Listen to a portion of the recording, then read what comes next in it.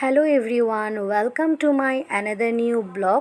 আজকে চলে এলাম আরেকটি নতুন ভিডিও নিয়ে আপনাদের কাছে। উঠেই দেখলাম মা ভাত ভাজি করছে আর অন্য সাইডে চা হচ্ছিল। আমি ঘুম থেকে উঠে ফ্রেশ হয়ে নিয়ে ভাত ভাজি আর চা খেলাম। এরপর সকালে বের হলাম। বাইরে অনেক বেশি গরম পড়ছে আর আমি যখন আসছিলাম তখন দুপুর টাইম ছিল। দুপুর টাইমে অনেক বেশি কড়া রোদ ছিল, খুব গরম পড়ছে। এরপর এসেই এখানে ভাত খাচ্ছিলাম সবজি দিয়ে। এটা হচ্ছে মাছের মাথা, লেজ দিয়ে রান্না করেছে। আর মাছের মাথা এবং লেজ আমার কোনোটাই পছন্দ না, তাই আমি নিইনি। এরপর শাক আর মাংসের আলু দিয়েই লাঞ্চ করলাম। এরপরে দুপুরে ফ্রিজ থেকে নামিয়ে ঠান্ডা ঠান্ডা এই তরমুজ খেলাম।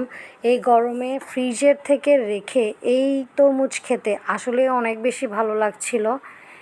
এরপরে একটু ঘুমিয়ে নিলাম খাওয়া দাওয়া করে।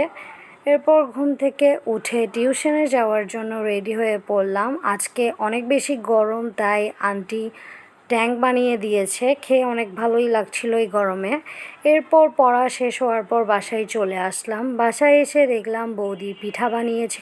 এই পিঠার নাম কি তা আমি আসলে জানি না। এরপর সবাই মিলে আমরা চা আর পিঠা খেলাম।